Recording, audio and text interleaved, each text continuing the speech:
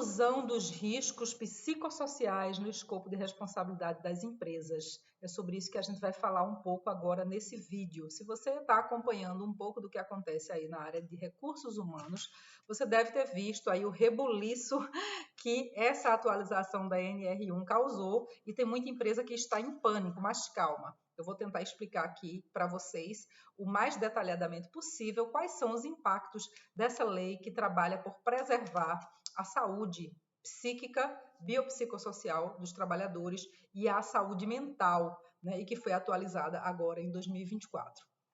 Meu nome é Ana Moraes, eu sou professora, sou consultora. Se você gostar desse tema, já assina o canal, é muito importante para nós, eu desde já agradeço. Então vamos lá, primeiro vamos saber o que é a NR1, né? A NR1 é uma das primeiras normas regulamentadoras que foi publicada no Brasil, né? As NRs, elas representam um esforço do Estado brasileiro para regulamentar as condições de trabalho no Brasil. Então a NR1 foi publicada em 1978, então não tem nada de novo entre o céu e a terra, né? A NR1 foi uma das primeiras publicações ali, então em 1978 ela foi publicada para estabelecer algumas normas de segurança no trabalho para o trabalhador brasileiro. Em 1994, essa NR passou por uma grande revisão, né? E aí, naquele momento, claro, né, vão sendo contempladas as mudanças aí dos tempos, das alterações dos modelos de trabalho de um modo geral, né? Então, em 1978 foi publicada a NR1, 94 passou por uma revisão e em 2014 entrou o E-Social, né? O E-Social, você sabe, é aquela nova instrumentalização do governo que permite que o governo acompanhe de perto e também os trabalhadores tudo que acontece no escopo do trabalho ali regulamentado por lei, né? E que tem a ver um pouco com a Previdência Social e o Ministério do Trabalho, né? Em 2019, teve a integração ao PGR, as NRs, né, que tem a ver com segurança do trabalho, foram integradas ao PGR, que é o Programa de Gerenciamento de Riscos Ocupacionais, né?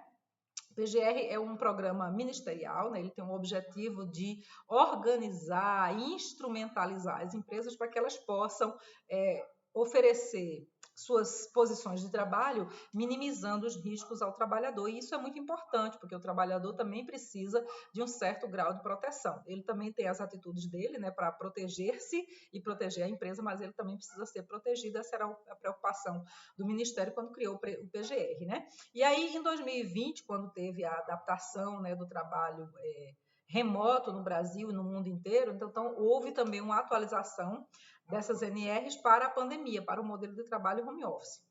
Em 2021 teve de novo uma revisão, né, que foi mais uma simplificação e uma desburocratização ali dos processos, né, relativos a essa NR, e aí chegamos em 2024, ano passado, com a inclusão dos riscos psicossociais dentro do PGR, né, dentro do escopo dessa NR1, né, através da portaria ministerial 1419, eu já recomendo fortemente que você que trabalha em RH ou em alguma empresa, né, que tem alguma interface com a questão da saúde mental, já leia a portaria na íntegra, portaria ministerial 1419, e essa portaria faz a inclusão dos riscos psicossociais na NR1, que tem a ver com três grandes áreas, né? A primeira é segurança, a segunda é produtividade e a terceira é reputação. Então, aí vem em 2024 essa portaria ministerial. Agora, de repente, isso ganhou, né? Virou quase que uma trend, assim, tem muita gente comentando essa questão, né, da NR1.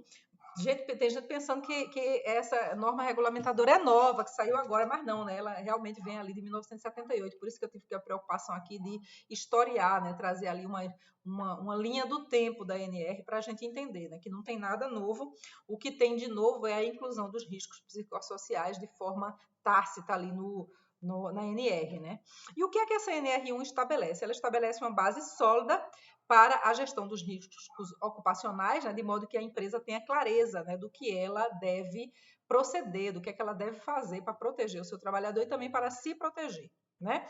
Toda empresa é obrigada por lei, né, porque tem força de lei essas instrumentalizações, essas NRs, né, elas são válidas para todas as empresas, grande, pequeno, médio, micro, né, enfim, todas as empresas no Brasil elas devem cumprir, né, e elas são ali meio que orientadas, né, pelo escopo da ação do Ministério do Trabalho. Então, a NR1 ela atinge todas as empresas.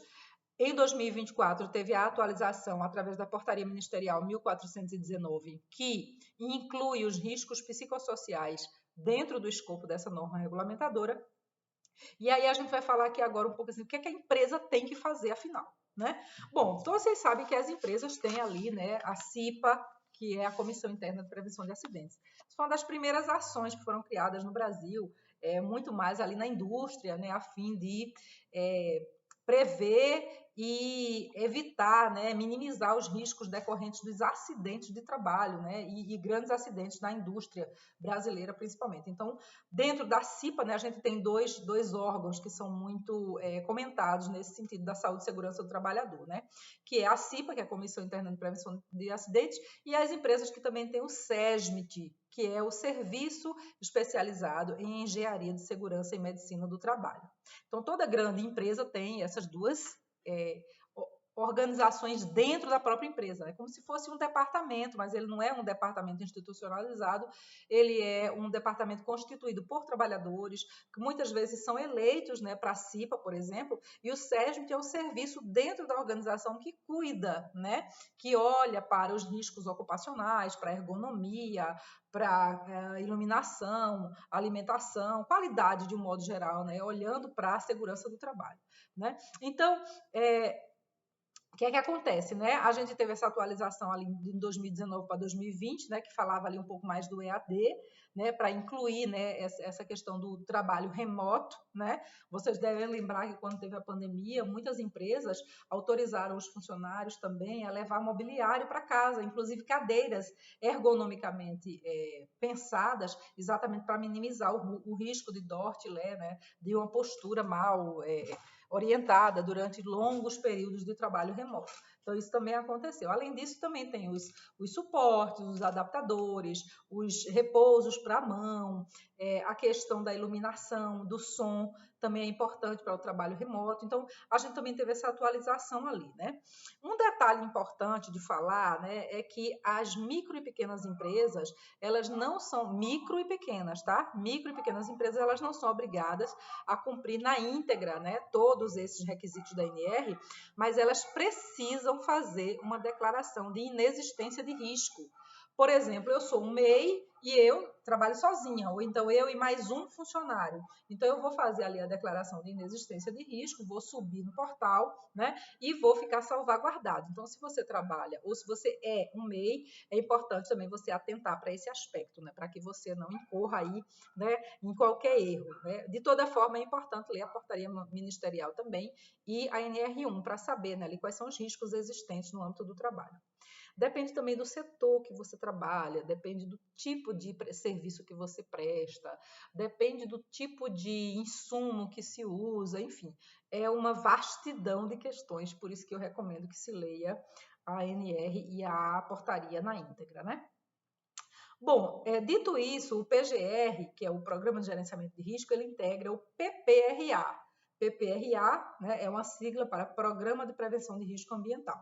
Então, todo risco que existe dentro da empresa, né, risco mensurável, pequeno, alto risco, ele está dentro desse programa, ele deve ter sido mapeado, ou seja, as áreas responsáveis como o CIPA e o SESM deve ter já analisado o ambiente de trabalho, quais são os riscos existentes, quais são os acidentes de trabalho que aconteceram, há quanto tempo a empresa está com ou sem acidente de trabalho, para que eles possam estudar, analisar e minimizar os riscos, né? Então, esse é o objetivo do PPRA também, que também é uma estrutura que deve existir dentro das empresas de médio e grande porte, por exemplo.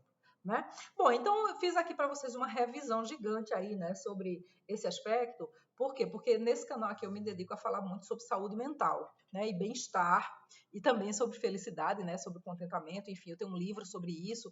E aí, quando surgiu esse burburinho aí da NR1, né, muita empresa perguntando, quer dizer então que agora eu sou responsável por garantir a saúde mental do meu trabalhador? Não, gente, nenhuma empresa é capaz de garantir a saúde mental de ninguém. Mas a portaria ministerial, ela determina que a empresa deve empreender esforços para promover a saúde mental. Então, a empresa não é obrigada a garantir a saúde mental, porque isso é institucionalmente impossível, né? Mas ela é obrigada, sim, a promover a saúde mental, a segurança, a reputação e a produtividade dos seus trabalhadores no que se refere ao que está regulamentado ali pela NR1. Então, como é que agora em 2024 surgiu isso, né? E como é que a empresa vai promover a saúde mental dentro do seu ambiente de trabalho? Bom, primeiro ela deve mapear e monitorar os fatores de risco psicossocial. Quais são esses fatores? Né? O estresse, o excesso de tarefas, as metas que são colocadas, o tempo de trabalho e de promoção do trabalhador dentro da empresa, como são as relações de poder e autoridade dentro da empresa, o que é que a empresa faz para garantir que esses fluxos se deem da melhor forma possível, né? Além disso, tem toda a questão, como eu falei, da engenharia do trabalho, né, e da medicina do trabalho, que tem a ver com olhar os espaços, os ambientes, se os ambientes oferecem algum tipo de risco, se os espaços estão pensados a partir de uma ótica de segurança do trabalho, se existem riscos ocupacionais, ergonômicos, né, e de outras naturezas que precisam ser avaliados. Então, tudo isso são chamados de fatores de risco psicossocial que afeta a saúde mental do trabalhador. A saúde, eu já falei em outros vídeos aqui, né? A saúde é um termo que ele não é somente a ausência de doença, né? O conceito internacionalmente aceito e reconhecido de saúde é um estado de bem-estar, né? Que não é somente a ausência de doença. O estado do bem-estar, ele tem a ver com esse contexto de biopsicossocial. Então, ele é biológico, ele é psicológico e ele é social. Eu já falei em outro vídeo também aqui do canal sobre o conceito de saúde social, né, que tem a ver com as relações, como as pessoas se relacionam, como elas interagem, como é que elas promovem uma convivência pacífica, respeitosa, né? Inclusive no que se refere às relações mesmo dentro da organização. Essas relações são respeitosas, essas relações são honestas, as relações são cuidadosas, as relações não estão baseadas em denúncias infundadas, mentiras, pressão, assédio, inclusive assédio inverso, né, que é o assédio de baixo para cima, né, do trabalhador para com gestores e etc. E também o contrário, né, o assédio de gestores contra os funcionários. Enfim, é um tema bastante complexo, mas esses são os fatores de risco que a empresa deve estar atenta. E aí, por essa norma de 2024, como é que a empresa deve promover a saúde mental dos seus trabalhadores? Ela deve promover através de 3 linhas que estão descritas ali na NR. A primeira delas é treinamento. Então, o que é que ela vai fazer? Ela pode fazer trilhas de formação sobre saúde mental, ela pode fazer cursos, palestras, programas formativos, cursos e programas, né, na expectativa de desenvolver no trabalhador também a percepção dele com relação ao que é a saúde mental, o que é o risco psicossocial e como evitá-lo. E aí, essa é uma das linhas de ação, é a linha de treinamento.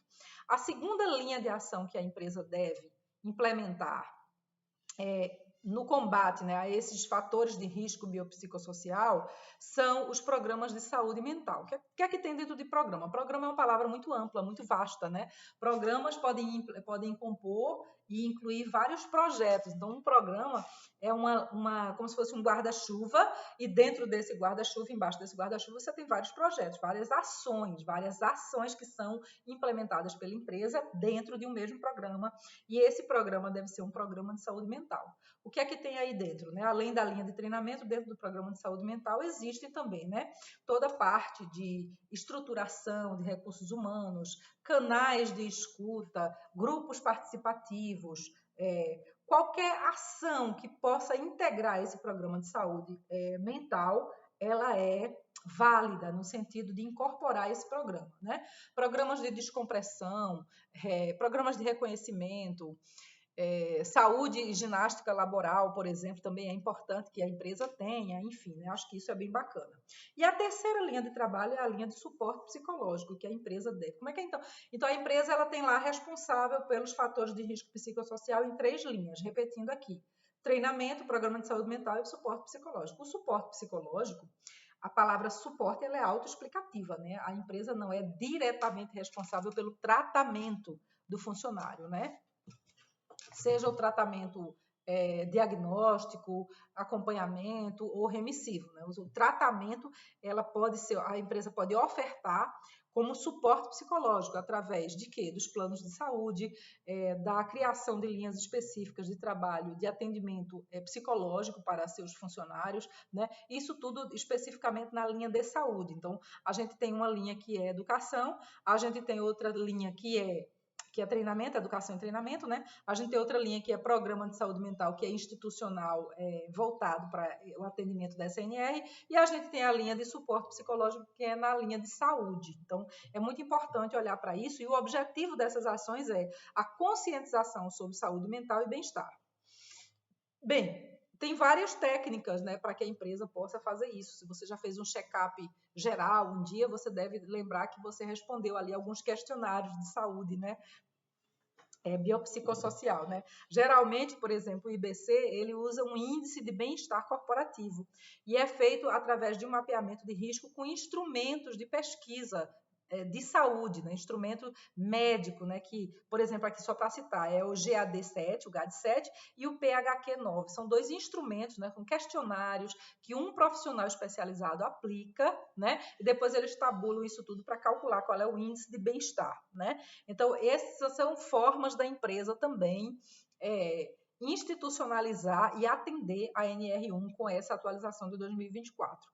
Né? O objetivo disso tudo é que a empresa possa mapear e atuar sobre esses riscos psicossociais que podem estar evidentes dentro da empresa ou não. Né? O importante é que ela tenha as ações.